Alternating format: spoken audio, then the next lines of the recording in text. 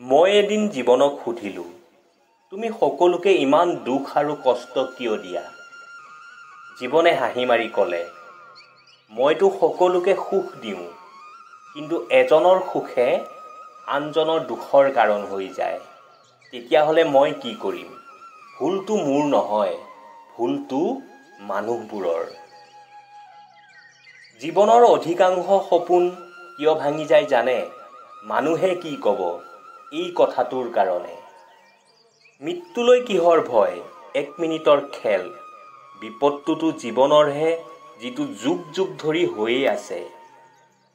এটা মৰা মানুহে এষাৰ সুন্দৰ কথা কৈছিল, যিসকলে মোৰ মৃতদেহৰ ওপৰত পৰি পৰি কান্দি আছে, এতিয়াই যদি মই উঠি যাওঁ, মোক জীয়াই থাকিব নিদিব। মানুহে কয়, কোনো কাৰো নহয়। ঠিক আছে, কোনো কাৰো নহয়। কিন্তু এইটো কেতিয়াও নাভাবে আমি কাৰ হয়। টকাই সকলো নহয়, কিন্তু বহুতখিনি হয়। এই কথাটো তেতিয়াহে বুজা যায়, যেতিয়া পকেটত টকা নাথাকে।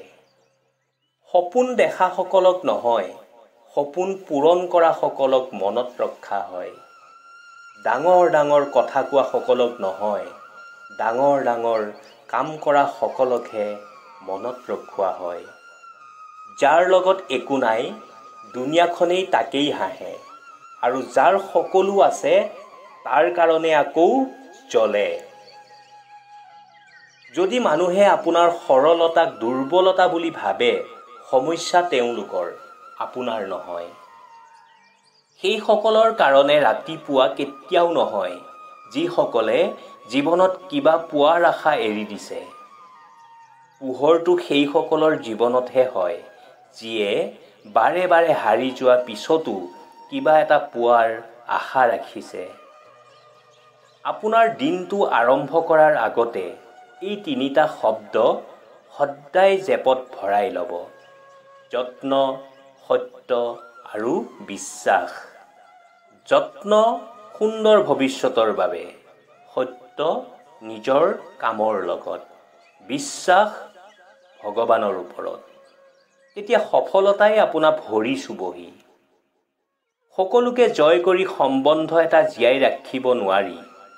সম্বন্ধ জীয়াই ৰাখিবৰ কাৰণে শীৰ্ণত কৰিব লাগিব, সহ্য কৰিব লাগিব, আৰু নিজে হাৰি আনক জিকিব দিব লাগিব। তেতিয়াহে সম্বন্ধ জীয়াই থাকিব।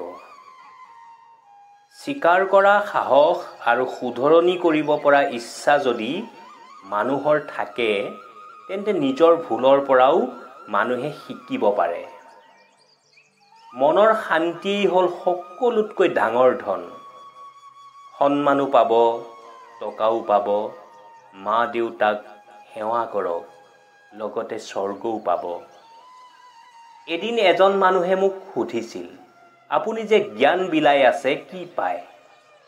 মই ক'লোঁ, দিয়া লোৱা এটা ব্যৱসায়। যিয়ে দিয়াৰ পিছতো একো নিবিচাৰে, সেইটো মৰম। চকুলো নথকাহেঁতেন, চকু ইমান সুন্দৰ নহ'লহেঁতেন। দুখ নথকাহেঁতেন, সুখৰ মূল্য নুবুজিলোহেঁতেন। আৰু বিচাৰোতে সকলো পোৱাহেঁতেন, পৃথিৱীত ওপৰৱালা দৰকাৰ নাথাকিলহেঁতেন। সঁচা ভাল পোৱা সেয়া, য'ত এজনে আনজনক চকু মুদি বিশ্বাস কৰিব পাৰে।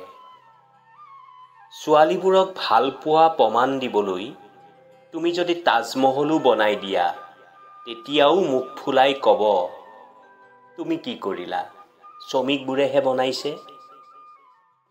বহুত হ'ল, আৰু সহ্য কৰিব নোৱাৰোঁ। জীৱনত যিজনক আমি সকলোতকৈ বেছি ভাল পাওঁ, সেইজনেই আমাৰ সুবিধা লয়, কিয়নো সেই মানুহজনেই জানে মোৰ দুৰ্বলতা কি। এটা কথা শুনা, মৰম কৰিবলৈ তুমিয়েই শিকালা, ভাল পোৱাক বিশ্বাস কৰিবলৈ তুমিয়েই শিকালা, সপোন দেখিবলৈও তুমিয়েই শিকালা। কিন্তু তোমাৰ অবিহনে কেনেদৰে জীয়াই থাকিম, সেইটো কিয় নিশিকালা? মৃত্যুৰ পিছত শৰীৰটো মোৰ জ্বলি যাব, ছাইখিনি ৰৈ যাব, তথাপিও কিন্তু মোৰ হৃদয়খন তোমাৰ লগতে থাকি যাব। চৰি, আৰু কোনোদিন তোমাক প্ৰশ্ন নকৰোঁ। ক্ষমা কৰি দিবা। তোমাৰ ওপৰত বহুত অধিকাৰ দেখাব বিচাৰিছিলোঁ।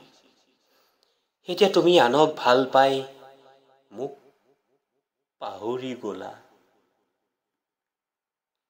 জীয়াই থাকিবলৈ ইচ্ছাই নাই। কি কৰিম, মৃত্যু নাহে যে, সেয়ে আছোঁ আৰু মৰি মৰি জীয়াই। আত্মহত্যাটোও কৰিব নোৱাৰোঁ, কাৰণ মই এইটো জানো, যাৰ ওচৰত জীয়াই থকা মানুহটোৰ মূল্য নাই, মৃতদেহটোৰ মূল্য কি থাকিব। তোমাৰ কাৰণে জ্বলিবলৈ বাদ দিলোঁ। মই যিমানেই তোমাক গুৰুত্ব দিছিলোঁ, সিমানেই তুমি মোক খাতিৰ কৰা বুলি ভাবিলা। এটা কথা কওঁ শুনকচোন, ভিতৰৰ পৰা ভাঙি পৰা মানুহবোৰে যিমানেই নাহাহক কিয়, তেওঁৰ উদাস ভাৱটো চেহেৰাত প্ৰকাশ পাবই। খঙত গুচি যোৱাজন উভতি আহে, কিন্তু হাঁহি মাৰি গুচি যোৱাজনে কেতিয়াও উভতি নাহে। সকলো ৰিলেশ্যনশ্বিপত এনেকুৱাই হয়। তেতিয়াই বহুত দুখ লাগে, যাৰ কাৰণে গোটেই দুনিয়াখনৰ লগত যুঁজ কৰিছিলোঁ, সি যেতিয়া অকলশৰীয়া কৰি এৰি গুচি যায়। মৰম এনেকুৱা এটা অপৰাধ যিটো সকলোৱে কৰে, কিন্তু শাস্তি কেৱল প্ৰতাৰিত হোৱাজনেহে ভোগ কৰে। তোমাক ভাল পোৱাটো সদায় মৰাৰ দৰে, কিয়নো মই আছোঁ নে নাই কোনো গুৰুত্ব নাই তোমাৰ। ইমান কষ্ট মৃত্যুৱেও নিদিয়ে, যিটো দুখ তোমাৰ নীৰৱতাই দিয়ে। তোমাৰ পৰা দূৰত থাকি জীয়াই থাকিবলৈ ভাল লগা নাই, কিন্তু বাধ্যটো তুমি কৰিলা ন। মানুহৰ চকুৰ পৰা চকুলো তেতিয়াই ওলাই, যেতিয়া কাৰোবাক কিবা এটা ক'ব বিচাৰিলেও একো ক'ব নোৱাৰে। তোমাৰ লগত কথা নপতাকৈ থাকিব নোৱাৰোঁ, সেই কাৰণেইতো কথা পাতোঁ।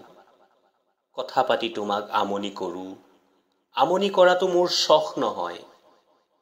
তোমাক ভাল পাওঁ কাৰণেইতো তোমাৰ লগত কাজিয়া কৰোঁ, সন্দেহ কৰোঁ, সময় বিচাৰোঁ। জীৱনত কাকো জোৰ কৰি ধৰি নাথাকিব। জোৰ কৰি যদি ধৰি ৰাখে, তাৰ ওচৰত সদায় সৰু হৈ থাকিব লাগিব। যিয়ে গুচি যাব বিচাৰিছে, যাবলৈ দিয়ক। থকাজনে এনেই থাকিব। থাকিবলৈ মন নোহোৱাজনে জোৰ কৰি ধৰি ৰাখিলেও গুচি যাব। মানুহক কেতিয়াও ধৰি ৰাখিব নালাগে। মুক্ত মনে এৰি দিব লাগে। থকাজনে আপুনি এৰি দিলেও থাকিব, আৰু থাকিব মন নথকাজনে জোৰেৰে ধৰি ৰাখিলেও নাথাকে। কেতিয়াবা আমি কওঁ, কোনেও আমাৰ লগ নিদিয়ে। কিন্তু আমি এটা কথা পাহৰি যাওঁ, আমাৰ লগত কোনোবা থাকক বা নাথাকক, কিন্তু ওপৰৱালা সদায় আমাৰ লগত থাকে। বন্ধুসকল, আমাৰ জীৱনৰ সকলো সমস্যা ৰাস্তাৰ ট্ৰেফিকৰ ৰঙা লাইটটোৰ দৰে। মাত্ৰ কিছু সময় অপেক্ষা কৰিলেই সেইটো সেউজীয়া হৈ পৰে। অলপ ধৈৰ্য ধৰক, চেষ্টা কৰি যাওক, সময় বদলি যায় এদিন। এইখন পৃথিৱীত কষ্ট সকলোৱে সমান হিচাপত পায়, কিন্তু কষ্ট সহ্য কৰিব পৰা ক্ষমতা সকলোৰে বেলেগ বেলেগ হয়। স্পীড ব্ৰেকাৰ যিমানেই ডাঙৰ নহওক কিয়, স্পীড কমাই দিলে আমি খুন্দা কমকৈ খাওঁ। ঠিক একেদৰে আমাৰ জীৱনত যিমানেই ডাঙৰ সমস্যা নাহক কিয়, শান্তিৰে তাৰ সমাধান চিন্তা কৰিলে আমি ক'তো একো খুন্দা নাখাওঁ। ইচ্ছা পূৰ নহ'লে আমাৰ খং বাঢ়ে, আৰু ইচ্ছা পূৰ হ'লে আমাৰ লোভ বাঢ়ে। সেইকাৰণে জীৱনৰ যিকোনো পৰিস্থিতিত ধৈৰ্য অব্যাহত ৰখাটো মুঠেই আৱশ্যক। বুদ্ধিমান লোক সেইজনক কোৱা নহয়, যিয়ে ইটাৰ উত্তৰ শিলেৰে দিয়ে। বুদ্ধিমান লোক তেওঁকহে কোৱা হয়, যিয়ে নেকি সেই ইটাৰে অট্টালিকা সাজি ল'ব পাৰে। ভাগ্য নামৰ একো বস্তু নাই এইখন পৃথিৱীত। আমি তাক বনাই লওঁ নিজৰ কঠোৰ পৰিশ্ৰম আৰু একাগ্ৰতাৰ দ্বাৰা।